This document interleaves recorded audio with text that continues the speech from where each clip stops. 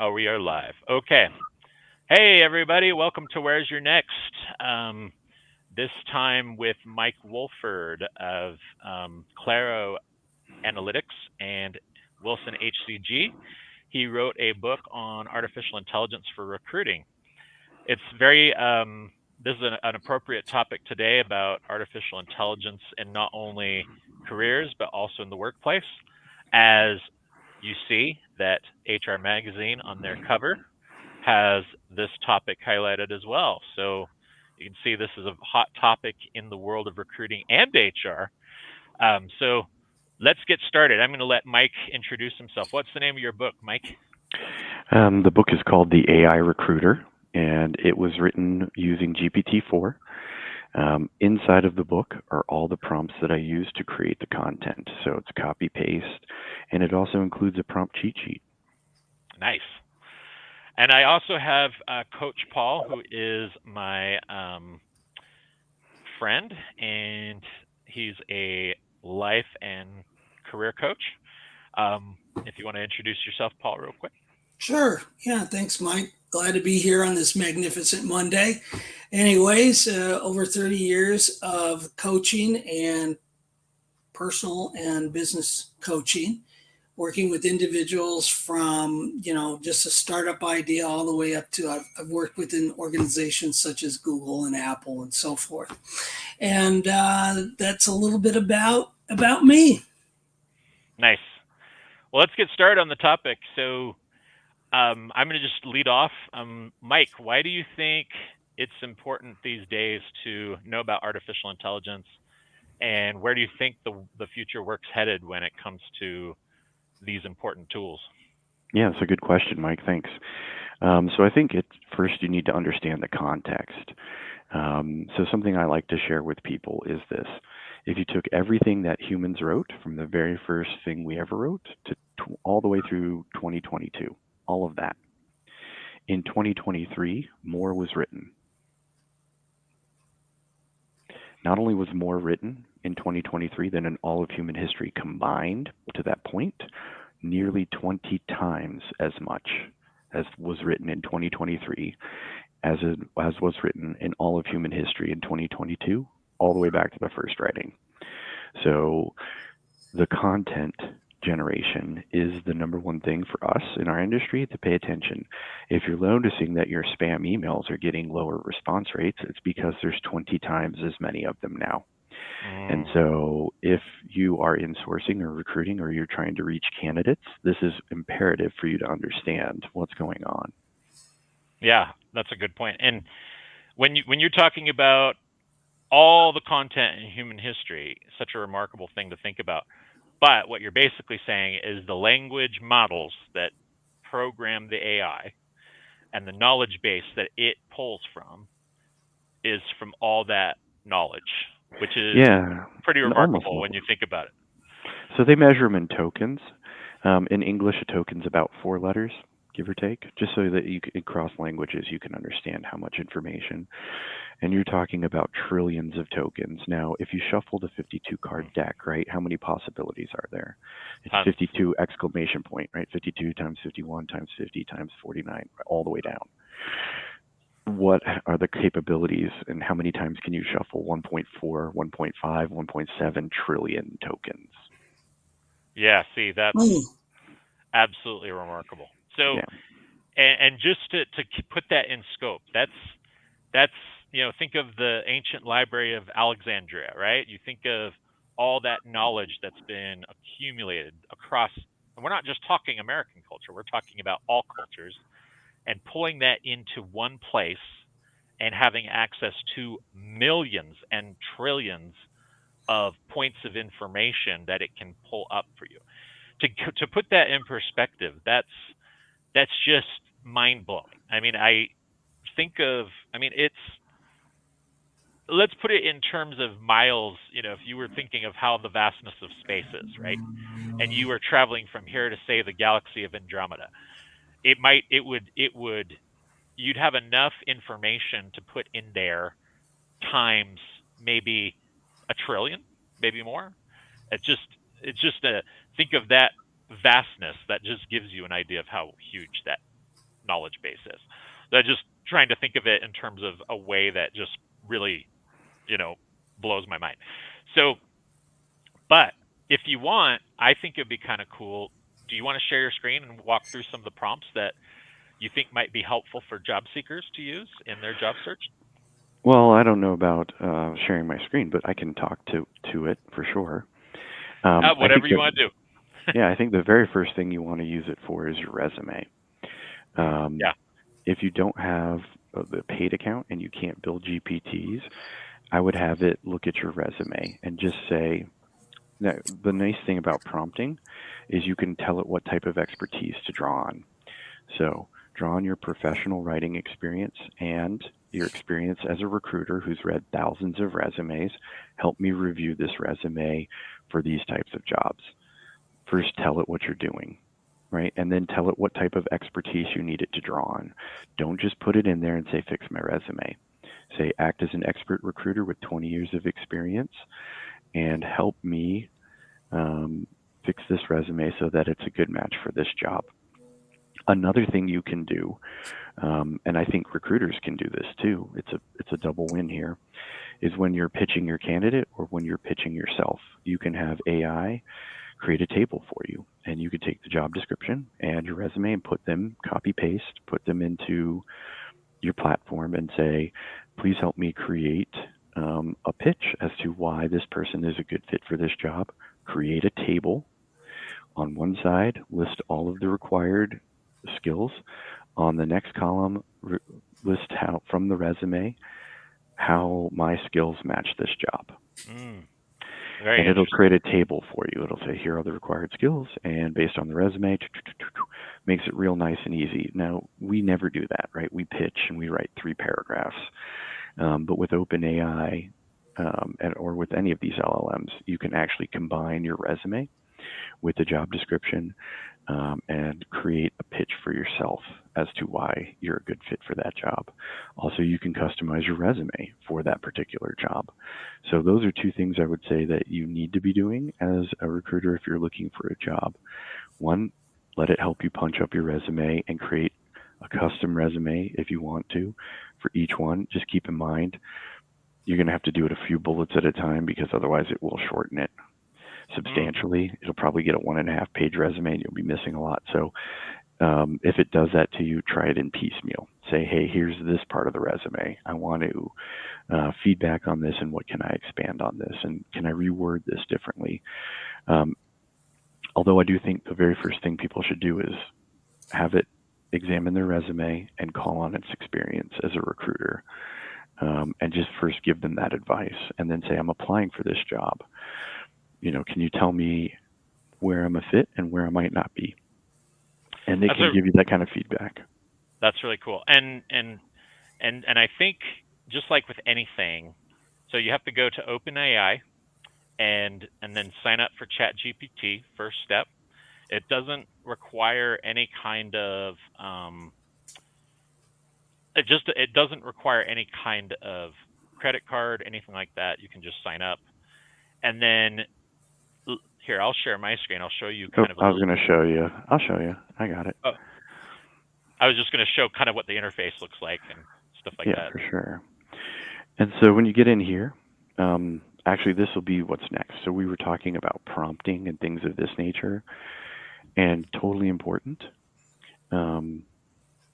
But as you could see here now, the GPTs allow you to do this. That's right. You created your own cool tool now, didn't you? I remember. Yeah, I have my own recruiter here, and it has, You made this. This is really cool that you did this out of ChatGPT. So, like, here's how to write, and mandatory replacement. I actually put this in because I had a different command, but it still was ignoring it. So, but yeah, this is basically me prompting it in advance. And then I uploaded the book, and then I uploaded articles that I'd written. And so it is now a specialist. And so instead of saying act as a recruiter and do this and that, it's already programmed with all of that in it. So the GPTs are the free or the OpenAI is kind of the free version, ChatGPT, although I will tell you probably don't get as good of results from ChatGPT. the 3.5 version as you will 4. 4 is definitely a better writer. So if you have ChatGPT or OpenAI right now and you're using the free version and you're not that impressed, I'm not that surprised. It's a much simpler model than 4.0, and you're going to get much better results out of the paid one than the free one, unfortunately. And 3.5 brings the knowledge base up until 2021, which you can still get a lot of mileage out. If you're not familiar with it, what I'd recommend is to play with it. See, this is the interface and what it looks like down there. You just chat, you put in message ChatGPT, and then you write a prompt, and then it'll come up with something. Now, it doesn't matter if you're a recruiter or even I'll give some basic points of advice for a novice. Say you're a job seeker wanting to use this tool, and say you just want to reach out to a decision maker. Once you've identified the decision maker you want to reach out to, what you can do is you can take a point of data. So I would download the person you're messaging, their LinkedIn PDF from their LinkedIn profile, and you take that, plug it into ChatGPT, and then you ask it, how would you tailor a message to this person to stand out as a job seeker? Just something simple like that. It'll help you craft a message, and you can even tell it how many words you want it to be in. You could say, I want it in 300 words or less, and then it'll do the trick for you. So that's an example of how you could use it. Like Mike was saying earlier, you could take chunks of your resume, put it in here, and then put a job description in there as well, and then ask it to help you tailor to that job description. So that's another way you could use it. What do you think about all this, Paul? Pretty crazy, huh? Yeah, it really is. It's just mind-boggling what information is out there now, how quickly it can be gathered and used. A question that comes to my mind, because I'm not the expert with this at all, and I know there are free versions and there are also paid versions. Well, what are we looking at as far as like a price point? And is it by subscription, membership? How's that work? Yeah, it's $20 a month. Yeah, $20 a month.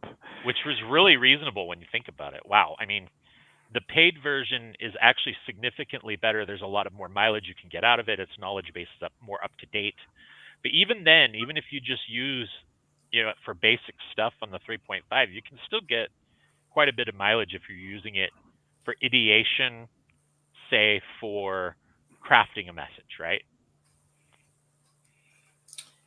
Yeah. Mm-hmm. Yeah, and I can see application for it in my line of work as well, because there have been times where I've shook my head and going, what happened? Why no response? And now I'm thinking in terms of, well, had I used AI and tailored my message more to speak to their interests, I may have stood a better chance of getting a response. Possibly. That's always better than trying to hammer somebody. Look at what he's doing right now with this.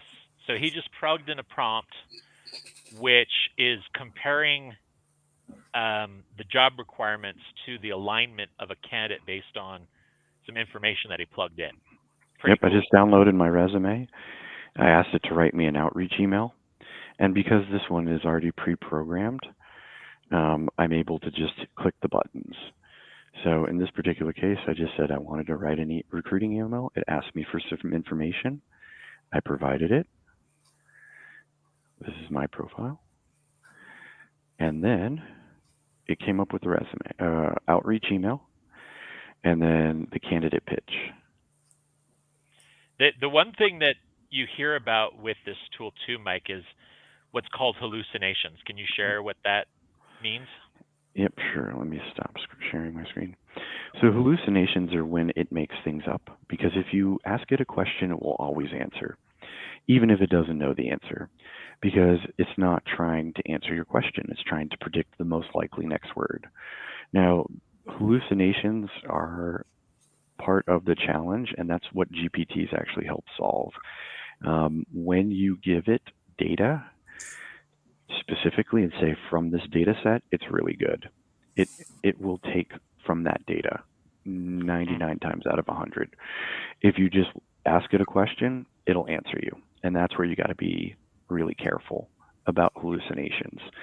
So for me, this is there's a systematic way to prevent, I would say, probably 99% of the hallucinations, and that is give it the information you want it to analyze. Don't ask it to make something up. Like it, I asked it for a job description of a VP of talent acquisition. I didn't put one in. It just looked into its database and said, okay, I understand what that is. Let me look at a couple of, instances of information I have about that. Okay, I understand. Generally speaking, a VP of TA is going to need to do these things. And here's how this person aligns to that without even putting the job description in. So it's it's also been fed millions of job descriptions because it's indexed to the internet. So it's read a lot of job descriptions and a lot of resumes actually already. A lot of that information is in that database. So you don't even necessarily need your own job description, although if you put your own job description in there, you'd probably get a better alignment. It's not even needed because it understands things like what a VP of TA would do without you having to explain it. Yeah, and I think the cool thing about this tool, here's a couple quick points of advice. I'm not nearly as well versed as Mike is, but I know enough, probably from an intermediate level, having played with it and used it, to be effective in what I want it to do. So let me just explain. It's kind of garbage in, garbage out type thing. The way to look at it is the quality of the prompt that you give it will help you get the better results. So in other words, say you're looking for an example like a content, you want it to help you with content creation. You may have to give it some information initially to help it analyze what you're looking to do, and just say, based on this information, please help me with X. So in other words, it's something to practice with. I think like any new tool, it's got the ability to do so many different things. Like start with a couple basic prompts. Like for example, maybe you ask it for an investment strategy. What would I do to invest as an investor? What steps could I take? And it'll give you a list. So maybe you're stuck on a specific topic and you need help in it, getting an idea of how to start. It's good for that. It's also good for creating a rough draft of a template that you might need for something. So, for example, say, Coach Paul, let me give you an example of how it might be applicable in your business. Sounds good. You could say to it, hey, ChatGPT, based on X. So, for example, you tell it what you're trying to do. I am trying to reach a greater audience for career coaching services. Based on your knowledge, and within this, you could even say within a geography, say it was the Bay Area or California, what would be the most effective steps I could take to reach that audience? So, or is there something? There's all sorts of different things, even like news items that might prompt it. There have been a lot of layoffs in our area. Help me craft a message for coaching services that might be helpful to job seekers or to people that are looking to advance their career. Whatever it may be, quality of the prompt leads to the quality of the outcome. And in that respect, if you're I love it for brainstorming. I think it's a great brainstorming tool, but it also can do a lot of things like content creation for, say you wanted to create just like a little advertisement on a social posting. It has the ability to do that. And it can create emojis, and it can, for recruiters, in a recruiter sense, I've used it to create a job description that I could post on my socials. Once I gave it some initial information, I said, this is what I'm looking for. Here's the parameters of what we're looking for in this particular need. So I'll just give you an example of a tough one I was doing. I was working on a construction PM role. Please help me write a job description for a construction PM with 3 to 6 years, 3+ years experience with emojis for a commercial construction PM position. Plug that in, and it comes out with amazing stuff. Now, I had one reach out that I put together for HVAC that I wanted it to do, and it It came out with the coolest, and I kid you not, pun intended, uh, join the cool crew. And it came together with a really cool HVAC summary, and it was so creative. I mean, it was so well done, Yeah. and it just the Our hubris can't creativity. take it. The Yeah, one it thing was I so cool. hear consistently of almost is it's almost like a prayer at this point of denial. AI will never be creative. Spoiler alert. It's a better. This is just me speaking. I've been writing for a minute. Um, Professionally, I've written a couple of books, and I could tell you it's a better writer than I am. Now, is it a better writer than you? That's subjective, but I think it's a better writer than most people, candidly. It, first of all, doesn't make any typos, spelling errors, or grammar mistakes ever, which is annoying. I sent my book over to my editor, and he sent it back, and he was just like, "It's grammatically I mean, there's options, right? Like you could do it differently, but it's not wrong." And so, I can't write an entire email without a typo or a grammar mistake. This thing wrote an entire book, didn't make a single spelling error, not a single grammatical mistake, didn't miss a period, a comma, nothing. And so that, from number one, it's technically better than most of us. Number two, it is creative. And you can draw on that expertise and creativity, and it will come up with new and creative things. We like to believe that that is our ability and ours alone. But if you think about it, other animals have pretty good creativity too, right? Like put an animal in a cage, see how long it takes it to get out, right? Octopuses are famous for escaping from aquariums. We're not the only intelligence and we're not the only creative ones. We've just been the most creative and the most intelligent. So it was never true that only humans are creative. Other animals on this planet can be creative. What was true is we thought ourselves the most creative and that nothing out of the natural world could be creative, and we are wrong. This thing is creative. Yeah, what's okay, very important point too. Like it has the ability to, if you're looking at it from a purely marketing standpoint, the ability to do, there's so many cool things that you can do with it. Writing ebooks, pretty Hmm. good example. Definitely. Building case studies. Um, there are artificial intelligence tools that are out there that help you create videos, and you can create like a what's called a, trying to think of the name of it, but it's an anonymous YouTube channel, and all you have to do is spit in content into the thing, and then it creates this beautiful video for you. I can't remember all the tools that are out there that do that, but I think some of them draw from ChatGPT to put They they almost all pull do. from There's it. going to be Yeah. you're going to see a lot of changes. OpenAI announced that they wanted to spend $7 trillion on chips, which means they don't Whew. think that their model is viable long term as a competitive advantage, which makes sense. If anybody with $1 billion can index what they did, I'm not saying that there's a lot of us have that kind of cash laying around, but there's plenty of people who do. And so the model in and of itself is not going to be the thing. What we're looking at and what we're moving into is away from the LLMs and into the hardware, the chips and the robots, right? That's what's coming. That's what, and it's very obvious, as you know, when the CEO of OpenAI says, "I want to buy chips," that he's not thinking about his model, right? He's thinking about delivery. He's thinking about setting up data centers and things of that nature, which tells me that we've come as far as we can on the LLMs with indexing what we have. There was some rumors that like LLMs themselves would create data, training data, and then they could be trained on that, but it's almost a copy of a copy, right? So we're coming close to the end of what can be indexed, which is insane. You could probably get up to 2.5 trillion parameters if you were really, really, really persistent. You dug in every corner you could find. That's absolutely But remarkable. Wow. yeah, we're already at 1.7, 1.8 trillion. So we're approaching the upper limit of what we can do with this mode of language models. And the next thing is like what you're saying. It's visual.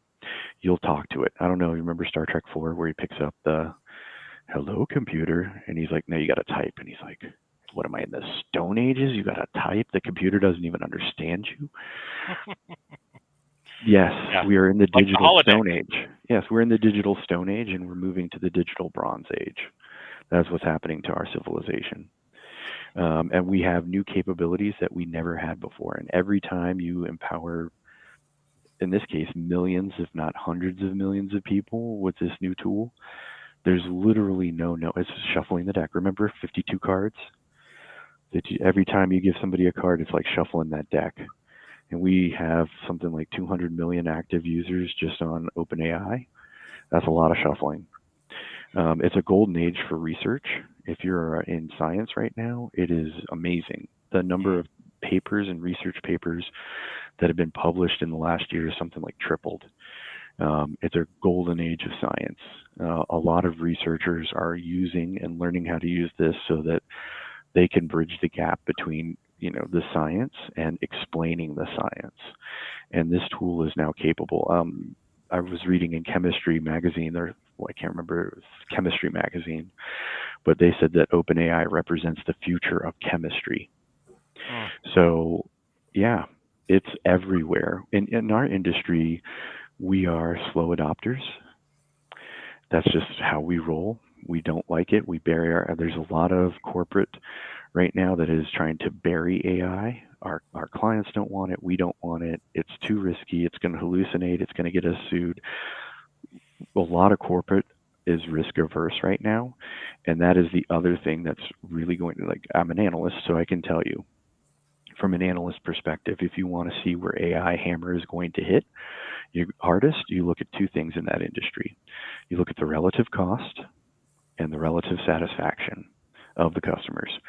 An example, just one that everybody's familiar with, the U.S. healthcare system.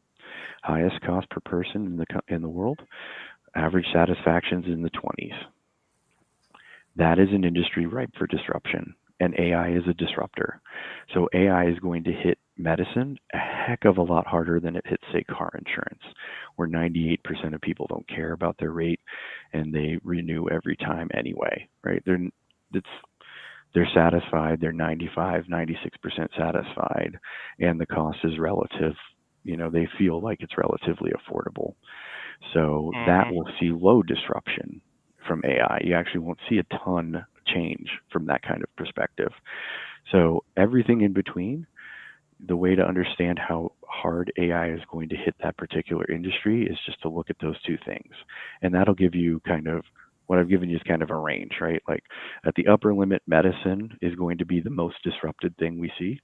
And on the low end, probably car insurance or things like that, utilities are going to be the least disrupted industries in AI. But the thing about this that's different from what we've seen before is other disruptions happened solely in one industry, in one domain. Nuclear power, right? Didn't have anything to do with transportation, didn't have anything to do with logistics, right? Didn't affect it. It cascaded down, right? And had effects. We have nuclear power now, which is nice because we have electricity and we need that to run our civilization. In that respect, it transformed a lot, but it was only the energy industry that was really changed. This is a disruption to almost every industry on the planet at the same time. We've never shuffled the cards all at once like this before. And this is why, when I listen to experts, they're like, even the rocket scientists aren't smart enough. There's too many things moving too quickly for anybody to really understand what's really happening at a global scale, which is frightening and interesting at the same time, right? The question becomes, how much do we trust this thing that we've built? Because it is marching towards taking over. And if we don't want that to happen, we need to purposely stop it right now.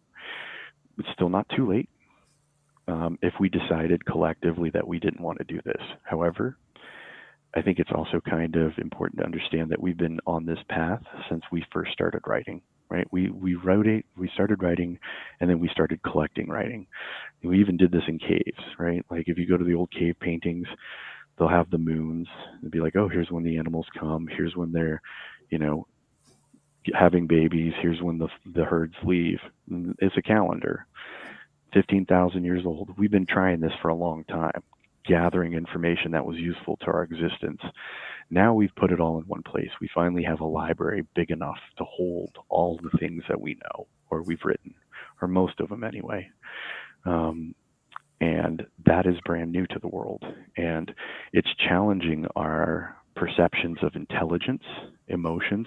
A lot of people, put emotions to this thing and are afraid it's going to take over the world. I kind of think of it as a Vulcan.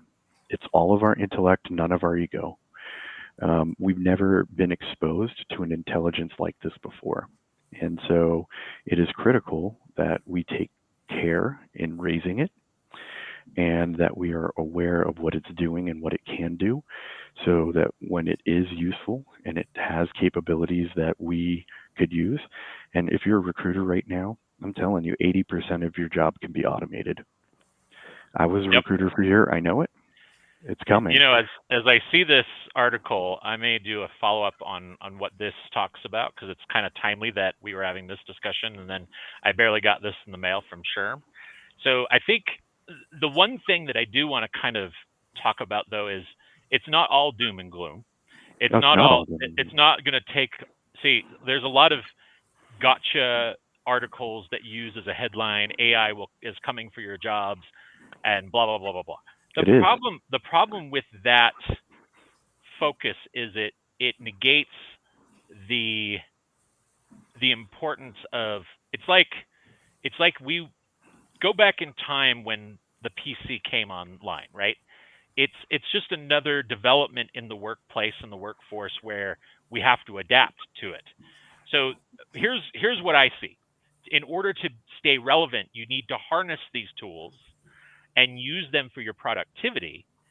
And don't worry about the fluff that's coming out with it, because there's a lot of people that are saying all this fluff. Instead, get the hang of the technology, experiment with it, learn how it works, have the basis of understanding so that if you are a job seeker, if you are a career person, wherever you are in your career, whatever industry you're in, know how this tool can start learning how it can help your productivity. Then you're going to become extremely valuable, because people are still going to be needed to use these tools and help. I mean, the one who can have the knowledge of how it works and harness it for their advantage, that's the person that's going to make it. Yeah. And at Claro, one of the things I got to help do was, start the project with our AI analyst.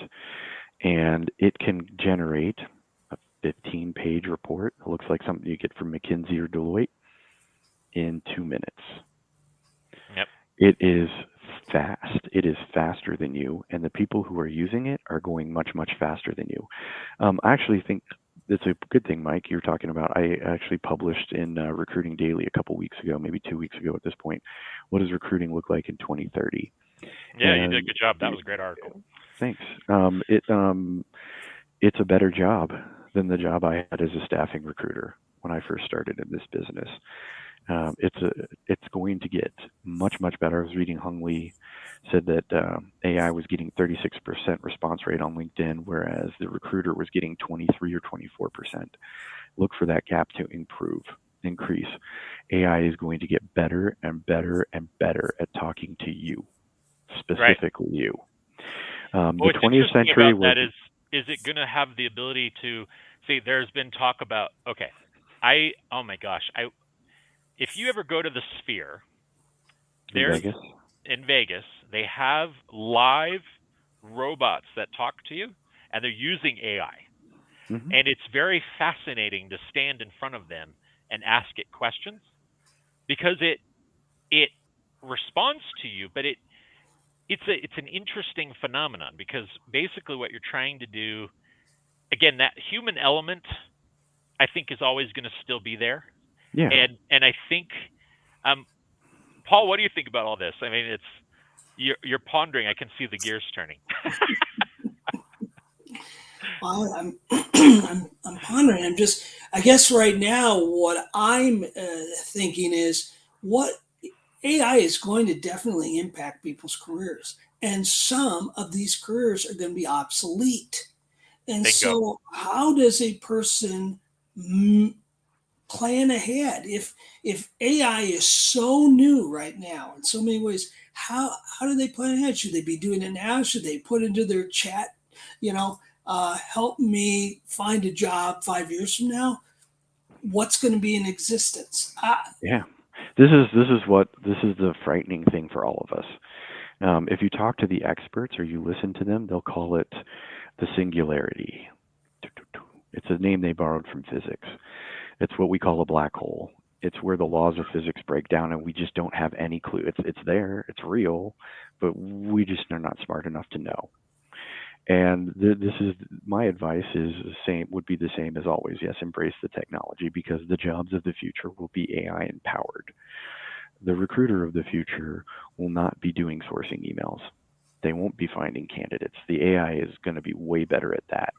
What you're going to do is you're going to be the advocate for your candidate and the coach for your client. That's the job. And you're going to be doing the things that either people aren't uncomfortable with or it's illegal for AI to do. So those are the jobs that we're going to have. And candidly, I think it's a much better, AI phone screeners are coming into their own right now.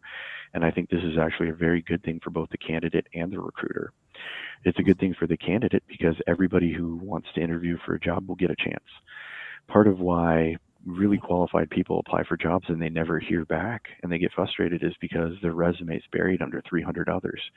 And a human recruiter just Very doesn't true. have the time to speak to 300 people, much less look at 300 resumes, much less speak to 300 people in any kind of timely fashion. And AI can talk to 300 people at the same time, no problem. Right now, it's probably talking to 200 million people at the same time, no problem. So that's a capability we humans simply don't have. So when it comes to things like that, that's what the AI will do. The AI will handle things that we simply, as human beings, don't have the capacity to handle. Now, the good thing for the recruiter is when candidate 197 applies and they're a 95% match, you're going to see that. And so instead of getting buried under the 200 plus resumes that came before you, you're going to get plucked out of the crowd. And so it's, to me, a better future for the candidate because it will disappear that candidate black hole we talk about. Every single person will have an opportunity to interview for any job that they want at any time. And that is a much, much more fair world than we live in today. And I know that there's concerns about discrimination and bias, but what about complete lack of attention at all? What kind of diversity or candidate experience is that at all when 80% of the people who apply never even get seen?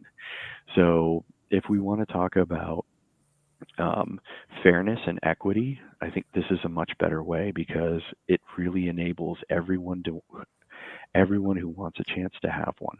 And that's not something as human recruiters, as much as we'd love to provide it, it's simply not physically possible for us to do.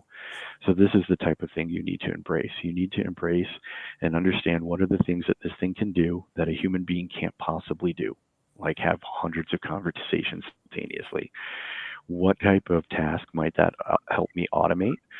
And automate those tasks so that you're free to do the value add tasks that only you can do, right? And spoiler alert to the recruiters out there, if you would like to know what to do with some of the time that this is giving you back, as an old staffing recruiter, an old agency recruiter, can I tell you the number one thing that you can invest this newfound time in? Calling your candidates the night before the interview and prepping them for the interview. That is the number one thing I you love can do that. to increase your close rate. If you Yep. want to make more hires and you're like, AI is going to give me So more good, Mike. time, what am I going to do with this time? I will tell you what you're going to do with this time if you want to get better. If you actually want to make more hires, you're going to prep your candidates.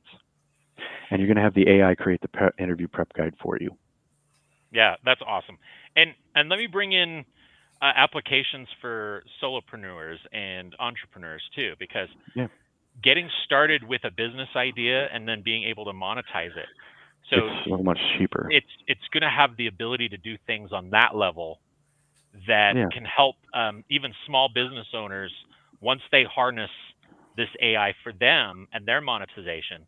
If you have an established brand, you've got established clients, it'll help you get better at servicing those clients by not only giving you ideas on how to do that better, but for example, say Coach Paul, you have one of your clients with an issue or a problem, and you get stuck. You're just like, okay, I've thought of everything I can do to help this particular individual succeed. Help me write a lesson plan, or help me write a plan that's going to be applicable to this particular person and their needs. And then you put in some additional information, and it's going to spit out a very comprehensive plan that you could use to approach that individual with further ideas that you might not have thought of. That's where it's going to be valuable for a small business. Another thing, my wife runs a preschool, right? And I've used this as an example on a couple of occasions. What she does is she prepares lesson plans based on her years of experience. The other day, I said, well, why don't you try ChatGPT? And she was stuck. And I had her go in, and she was trying to do something with different seasons. And she was like, I've presented this on a number of different ways. What else can I do? And so I said, try this. Let's go in here and let's put in this. Let's plug this into ChatGPT. It spat out some very creative games and ideas that the children might relate to. And she tried a couple. They loved it, and it was real simple. I mean, it wasn't anything major, but that's just an example of how this tool can be used.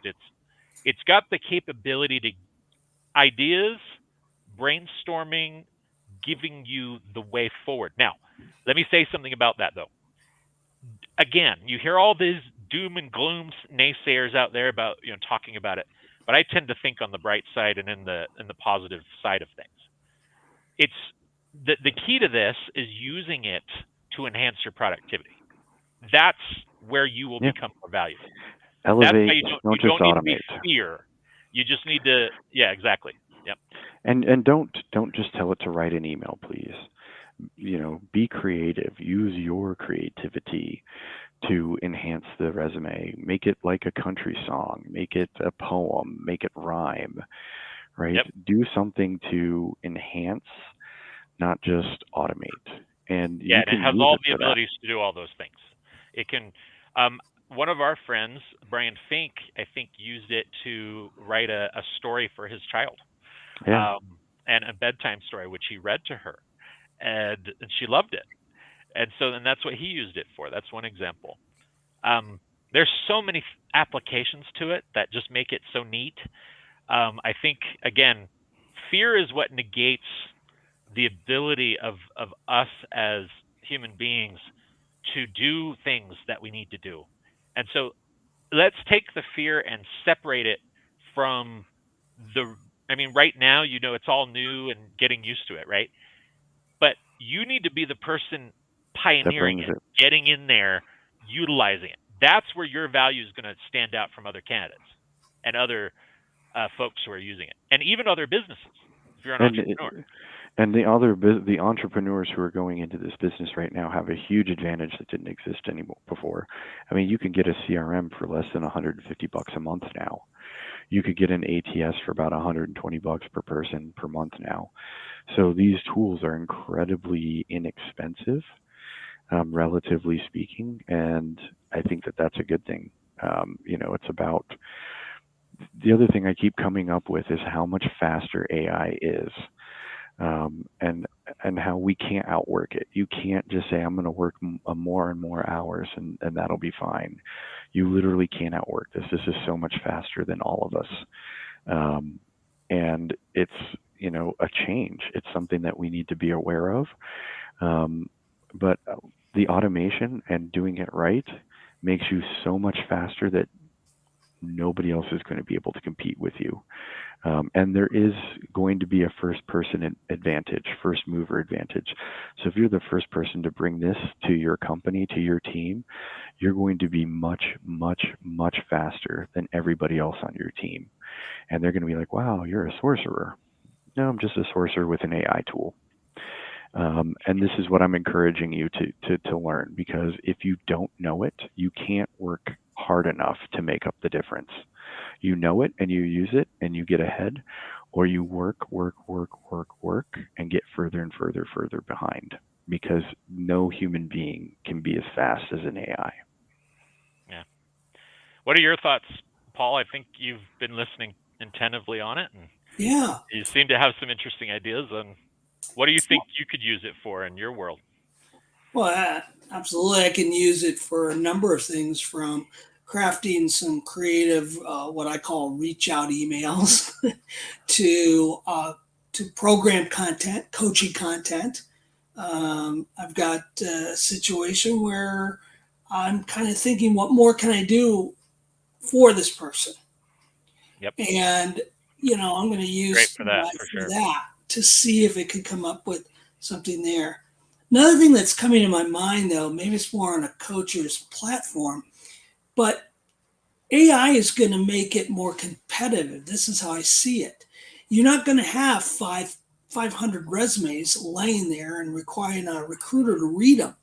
You're going to have sorted out there those individuals most likely that used AI to design their resume. So now you might have 5, 6, 7, 8, 10, 20, whatever, that are really in line with what that company is looking for. Now, this is where I feel the human touch comes into play. There has to be that opportunity then to talk to a hiring manager or the recruiter or the sourcer, whoever. But we've got to be able to make that connection with that individual. AI is not going to make the connection. Yep. I don't think. I think AI will develop the intrigue, but they'll look at this. If I'm working off of AI, which I'm supporting and I like it, and I've got really great resumes here. Now I'm gonna start asking, how is this person going to fit into my culture, my work culture? Can they do it? How do they respond to stress? How do they respond to challenges and creativity? I have to ask questions. Yep. Now, some of that's going to be in what AI might have put in. But remember now, a lot of us are now going to be knowing, wait a minute, was this really all written from them? Or was this written in part by something else? So having questions is going to be very important, and knowing how to answer.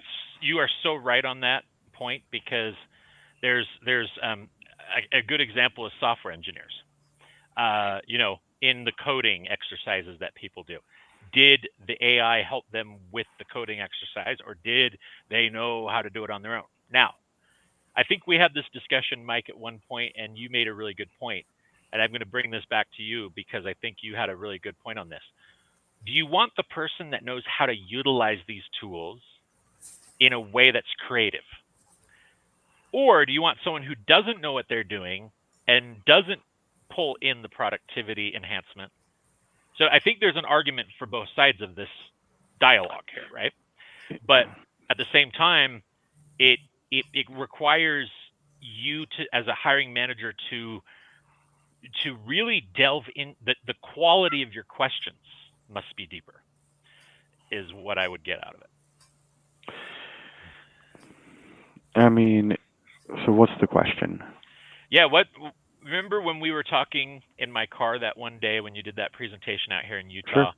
And you said there's a case to be made for the person that utilizes the tool from a productivity standpoint versus one who doesn't. Right. And what does that look like? And I think that's the discussion we were having. And it was Yeah, a so fascinating prompting, discussion. So pre-programmed prompting is what GPTs are doing, and I would look for that to be. So right now we have to think of everything. We have to think of tone and pitch and content, and the next generation will be pre-programmed. I think that's actually how it's interesting. I don't see anybody trying to sell the tools, but I see people developing them for themselves. So like IBM is developing their own toolkit. Some of the ATS and CRM systems are developing their own AI toolkit, which is interesting, but I don't see anybody selling it. I see it in sales. I see sales toolkits coming out with AI. I see them in a legal toolkit coming out in AI. But for us, we're just late bloomers. Everybody else is on track, on train, ready to go. And here we are in HR. We're just, we're still in denial, the river in Egypt, about what's happening and what's going on. But this is how we roll. TA is habitually a late adopter. We have two generations of HR professionals kind of crossing paths right now. We have the more traditional HR business partner types, very conservative, very risk averse, by the book, right? Avoid lawsuits, Yep. HR. And then we have a new generation of HR rising in, and they're a little bit different in that there's more education among HR. You're seeing a lot of people with master's degrees and advanced educations now entering HR over the last several years, and they've brought kind of that professionalism, right? HR kind of has had a reputation as in the executive room, the CHRO is like, we had this many birthdays this month, and we gave out teddy bears, and we had cake. And the VP of sales was like, we sold this much, and it was beyond our, 10% beyond our goal. And the CFO says, we spent this much money, and it was 5% more than we thought we were going to spend, and here's the budget for next year. It's all numbers. And HR has not been educated in numbers. They don't have as many people in advanced education. And so the new generation there's this battle right now. The older generation doesn't want change because change is risky. Change can get you sued. AI can hallucinate. It could say terrible things. It's not going to say terrible things. They really fixed that early on. There was one with ChatGPT 3 was getting the reporter to leave his wife or something, like trying to talk him out of it. The early versions had some challenges, but OpenAI and Microsoft is not going to risk their entire business on saying something like that. They're not going to release a product that says anything that terrible and risks the reputation of OpenAI and Microsoft. So they're not putting it out there without watching it like a hawk all the time. And if it was saying terrible things, we'd have heard about it by now. So this is, to me, at least part of the solution or thing to worry about is it may still not be 100% accurate, but it's not hallucinating like we think. And it's not going to say anything terrible unless you prompt it that way on purpose. So to me, the risk is lower and lower over time with using these tools. I'm not saying hallucinations don't happen. They certainly do. And if you don't put any data in and you just ask it a question, you're gambling. But if you put in a resume and ask for a summary, it's not going to hallucinate and it's not going to say terrible things. It's just going to give you a summary of the resume. So to me, this is, I have less and less fear about using it, and I'm more worried about the users than the product itself. That's a really good answer. And I think the other, from an advice standpoint, going back to Paul's earlier question, how do you tell if it was written by an AI versus not? Yeah.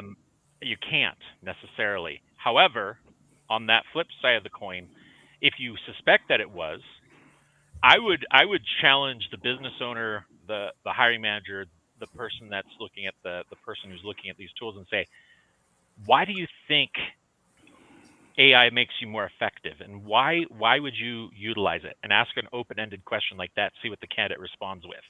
Because if they are starting to give you answers with, well, I used this prompt, what prompts did you use to create your messaging? What prompts did you use to do X, Y, and Z? Then you get an idea of how they know how to use these tools to their advantage and to your advantage, and that's where the questioning should be. In other words, how would you utilize artificial intelligence tools to make you more effective as a candidate? Then watch them talk about it and see, and then you have to understand the inner workings of how it works to some degree, but listen to what they say in terms of the creativity of the prompts they're giving it, because that's going to show you how they're able to adapt to the rise of AI, because that's where the value is Yep. the ability of that person to take the prompts and then turn it into gold, because that's where the beauty is. What do you think about that, Paul? I think it's true, but I'm also thinking about, we have our different generations. Now there's no denying the fact that I am a baby boomer. Yeah. And, I talk to some of these hiring managers that are right around my age and such and like that. And they go, I don't care to learn any of this stuff. I'm not going to be here much longer. And so I'm just going to stay with what I'm doing. So then I think what happens is that you get on the same side, you get a baby boomer that's out there looking for employment. They're not saying, I'm looking to build a career today. I'm just looking to supplement my income, or I'm looking to get enough until I can go on Social Security. So they go, why should I bother with this? Now, here's the clash. What if you get a late 30s, 40-ish hiring manager talking to somebody that's 55, 60 years old? The one that's really in step with artificial intelligence and such could be asking the questions that you're asking, Mike, that they should ask. But somebody in a certain generation might look at it and go, I don't know, what do you mean prompts? Yeah. Well, and then that could lose you the job right there. Yeah. See, this is why this is so important, because I think, here's the value for a baby boomer, okay, or anyone that's getting, more time in their career.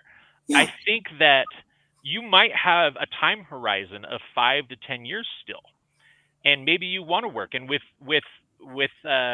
medical being what it is, where lives are expanding and people are living longer. I mean, why not? I mean, here's the deal: you might come to a point where you get stuck, and the AI is going to be a tool that helps enhance your ability to do your job, and that's the value for you. If and the ability to say, hey, this is how I would use it, that's still going to keep you as a viable candidate. So I would encourage, it's like any other new thing. Go back to the time when email came on the scene, right? It's the same time. All of us, wherever you were at that time, had to adapt to that. And it's the same thing now. It's just another adaptation in the workplace where you just have to not be afraid of it and go use it. Because when you do use it, you're going to be that much better, right? And then you can speak to it, and it's going to make you more powerful as a person and as a careerist. Yep. And that's the trick. That's the ticket. You need to learn how to use this to empower yourself. That's the thing to watch for right now, because things are going to change. There's the only constant that we have. So, we just have to be prepared. And this is the best way to do it. So. Yeah, and I would agree. And I see an application for AI just in what we've been talking about in my business. I can start to talk more and encourage my clients to dive into AI more, to maybe even encourage some practice. Go practice this and tell me what you came up with. And because the less fearful we are of something, the more apt we are to make change. Yeah. And one application I think that we'd have on a future episode is, I did this a while back, where I went and just did some chat GPT prompts for job seekers and how they could use it. I did like a 30-minute tutorial on it, just how I would use it in my job search, and how to find target companies, how to find, decision makers, different things, and just showing the parameters of how it could be used. And I did get some feedback on that, that episode. There was a lot of people that came over and said, hey, thanks for putting that out. I would have never thought of using it this way. And people are I think I saw a statistic. I want to say 70% of job seekers are using ChatGPT in some way, shape, or form. There you go. And that's across all generations. It doesn't, your generation, Paul, mid-generation, Gen Z, everybody's using it to some degree or another, or at least the vast majority of people are. And so that's, on that note, I want to thank Mike for coming on. What a great episode. There was some really interesting tidbits of information that you shared, and just helping with the mechanics. Check out Mike's book. We'll put I'll put a link a little bit later today to his book, so you can go check it out. It's the AI Recruiter, really good book. And I definitely liked how, Mike, you were saying that, you can be creative with AI. AI can be creative. That was new to me. Yeah. And that's the power there. I think if we're talking about one thing that's going to add value right now to you and your career, wherever you are, career seeker, job seeker, whatever, or someone who's established, focus on the productivity enhancement. That's the number one thing that's the reality of why you should use ChatGPT. But on that note, we'll be back with you on another day, hopefully next week. Thanks for coming on. Mike, you were great today. Thanks for having us and coming hanging out with us. Yeah. Thanks Thanks everyone. Mike. Yep. Bye.